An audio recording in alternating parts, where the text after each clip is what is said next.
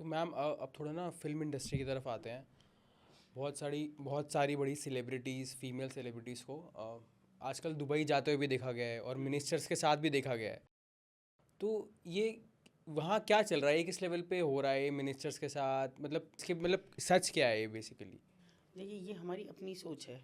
जब आपके सामने सोशल मीडिया, एक ज़माना था, चलो हमारे टाइम की बात करो, कि बच्चे कभी कभी चकाचौंध में भागते थे, बहुत भागते थे उस ज़माने में, राइट। कि हमको तो अमिताभ बच्चन बनना है, हमको धर्मेंद्र बनना है, हमको जया भादुड़ी बनना है, ये था। और लोग भागते थे और निराश होकर वापस आते थे, या वहीं एक्स्ट्रास बन के रह जाते थे। 100-150 रुपये पे वहाँ एक्स्ट्रा बन के रह जाते थे। लेकिन अभी तो सोशल मीडिया का ज़माना है, अगर आपको नेम फेम चाहिए तो ये तो आपको दे रहा है। अगर आपको आगे आना, आप में कुछ कला है, आप में कुछ दिखाने के लिए है, तो आप इस पे दिखाइए। ऐसे ऐसे लोग आ रहे हैं सामने, आपको देखिए कि आपके यहाँ मुजफ्फरनगर से कितने लोग बिल्कुल विशुद्ध देहाती, उनकी वीडियोस खूब चल रही हैं, है ना, कॉमेडी है, सास बहुओं की बिल्कुल ठेठ एकदम अपनी लैंग्वेज में खूब चल रही हैं। तो आपको क्या चाहिए कि आप सीधे मुंबई भागते हैं? छोटे शहरों के बच्चे भागते हैं, बड़े शहरों के भी भागते हैं, मुंबई पहुंच गए, वहाँ ऐसा लगता है कि जैसे जाते ही आपको काम मिल जाएगा। मैं एक छोटी सी घटना से आपको बताती हूँ। एक बच्ची, हमारे साथ कुछ लोग बड़ा सहयोग भी करते हैं, जीआरपी ने हमको एक बच्ची दी, और वो 9th क्लास में पढ़ने वाली बच्ची, आप समझ सकते हैं 14-15 साल की रही होगी। उनका स्कूल ले जाओ, और वो बहुत बड़े घर की लड़की थी। उनके फादर उस जिस कस्बे से वो बिलोंग करती थी वहाँ के चेयरमैन थे। और हमने खैर उन्हें पहले सूचना नहीं दी कि पहले काउंसलिंग कर लें थोड़ी। हमने उस लड़की से बात की, तो उसने स्पष्ट कहा मुझे, वो ज़रा भी घबराई नहीं, वो नहीं कि मैं जा रही हूँ अमिताभ बच्चन से मिलने। मैंने कहा वो तुमसे मिल जाएंगे? बोले वो हर संडे को आते हैं ना, सब लोगों से मिलते हैं। मैंने कहा बेटा तुम्हें गलतफहमी है, वो केवल खड़े होते हैं, हाथ हिलाते हैं, वो लोगों का चेहरा भी नहीं जानते। उनका चेहरा लोग देख रहे हैं, वो किसी का चेहरा नहीं देख रहे। बोले नहीं नहीं, ऐसा कुछ नहीं है, जब कोई लड़की जाती है तो वो उसे मना नहीं करते। और मैंने कहा फिर क्या करोगी उनसे मिल के? वापस आओगी? फिर तो घर वाले तुम्हें घर में नहीं घुसने देंगे, हम तो वेस्टर्न यूपी के लोग हैं, आसानी से घुसने नहीं देता कोई। तो बोली कि वो नहीं नहीं, वो मुझे माधुरी दीक्षित से मिलवाएंगे। अच्छा। हाँ। मैंने कहा अमिताभ बच्चन ही क्यों मिलवाएंगे तुमको माधुरी दीक्षित से? उसके पास इसका जवाब नहीं था। इतनी सोच थी कि वो बड़े स्टार हैं, अगर मैं उनके पास जाऊंगी वो माधुरी दीक्षित बन। और मैंने कहा तुम क्या करना चाहती हो माधुरी दीक्षित से मिलके? वो तो अब फील्ड में ज़्यादा तब तक आई नहीं थी, सेकंड पारी उनकी शुरू नहीं हुई थी।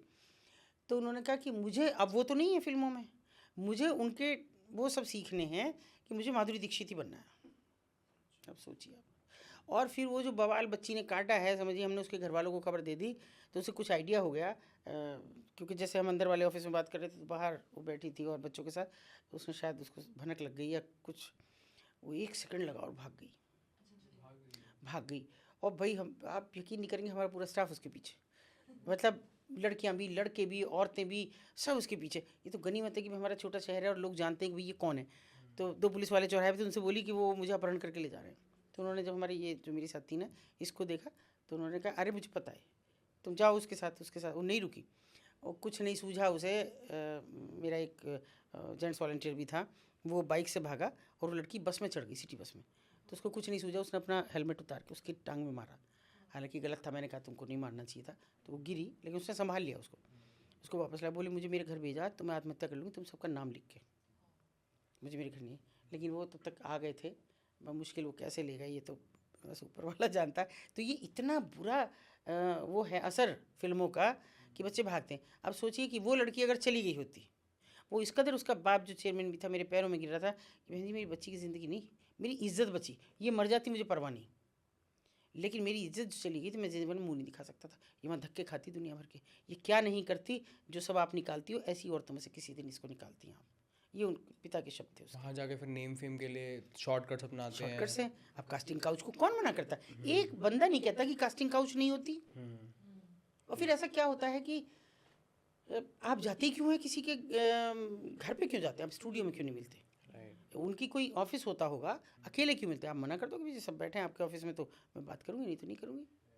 लेकिन वो नहीं कर रहे हैं हम, और क्या मिलता है? कुछ नहीं मिलता। उसके बाद ये नया चलन जो शुरू हुआ है दुबई जाने का, था तो पहले भी, उनकी पार्टीज़ में नाचते थे, उनके जाते थे, लेकिन अभी एक बड़ा ख़तरनाक सब चला है। एक बेल्जियम की एक मॉडल ने उसको थोड़ा सा एक्सपोज किया है, कि वहाँ होती है एक पोटी पोटा पार्टी।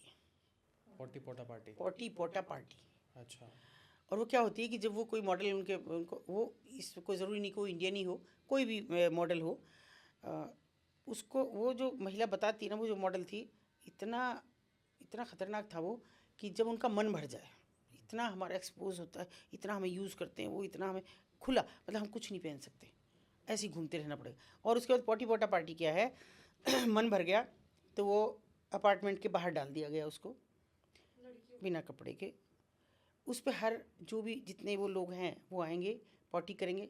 ये तो ऊपर वाला जाने ये कितना सच है, लेकिन ये नाम चला, ये जिक्र चला कहीं से, तो आया उसके ऊपर ही बाथरूम भी करेंगे, पॉटी भी करेंगे। उसको उठने की इजाज़त नहीं है।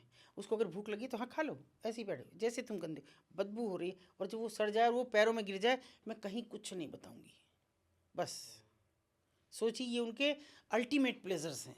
ये टॉर्चर कर रहे हैं ताकि ये मुंह ना खोल दे बाहर मुंह ना जाके। खोल दे, और इसमें उनको आनंद मिल रहा है, उसके Pleasure आ तड़प रहे रहा हुए है। हैं, उसकी उस सब में उनका आनंद है। वो जैसे वो ऊँट दौड़ में आनंद लेते थे, जब छोटा बच्चा बांध दिया जाए और वो बच्चा जितना तेज़ रोता था, ऊँट उतनी तेज़ दौड़ता था, और वो उनका प्लेजर था।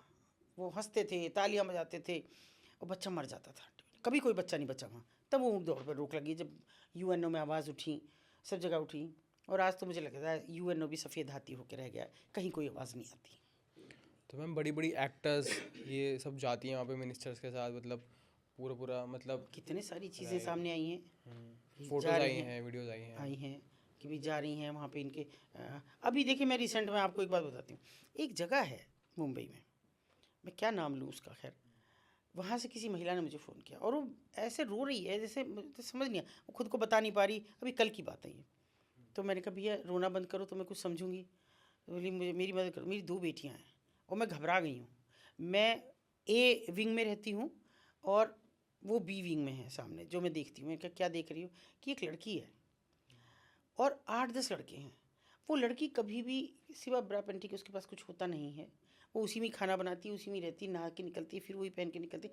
मुंबई में पूरा दिन वो वहाँ उस कमरे में घूमती है, और हमने हर जगह शिकायत कर ली है उसकी। हम थाने में कह दिया है, सब जगह कह दिया, कोई हमारी सुनवाई, सोसाइटी में कह दिया, सेक्रेटरी को कह दिया, कोई हमारी सुनवाई नहीं है। कि वो अपने घर में कुछ भी कर रहे हैं, आपसे क्या मतलब है? और मेरी खिड़की से दिखता है, और मैं डरती हूँ कि किसी दिन मेरी बेटियाँ देखेंगी तो इसका क्या अंदाज़ा लगाएंगी कि मेरी एक बेटी 9th में पढ़ती है और एक 6th में पढ़ती है मेरी बेटी। तो मैंने कहा आप छोड़ दो, किराए पे है। तो बोले किराए पे नहीं है, बदकिस्मती से 3 महीने पहले हमने ये ख़रीदा है। अब सोचिए कि क्या कुछ नहीं हो रहा, क्या है उसके पीछे की सच्चाई। अरे मैंने मांगा है, तुम दो मुझे, मैं देखती हूँ कुछ बात करके क्या हो सकता है। वो कितना कल भी बार बार रिक्वेस्ट कर रही कि मैम कुछ करो।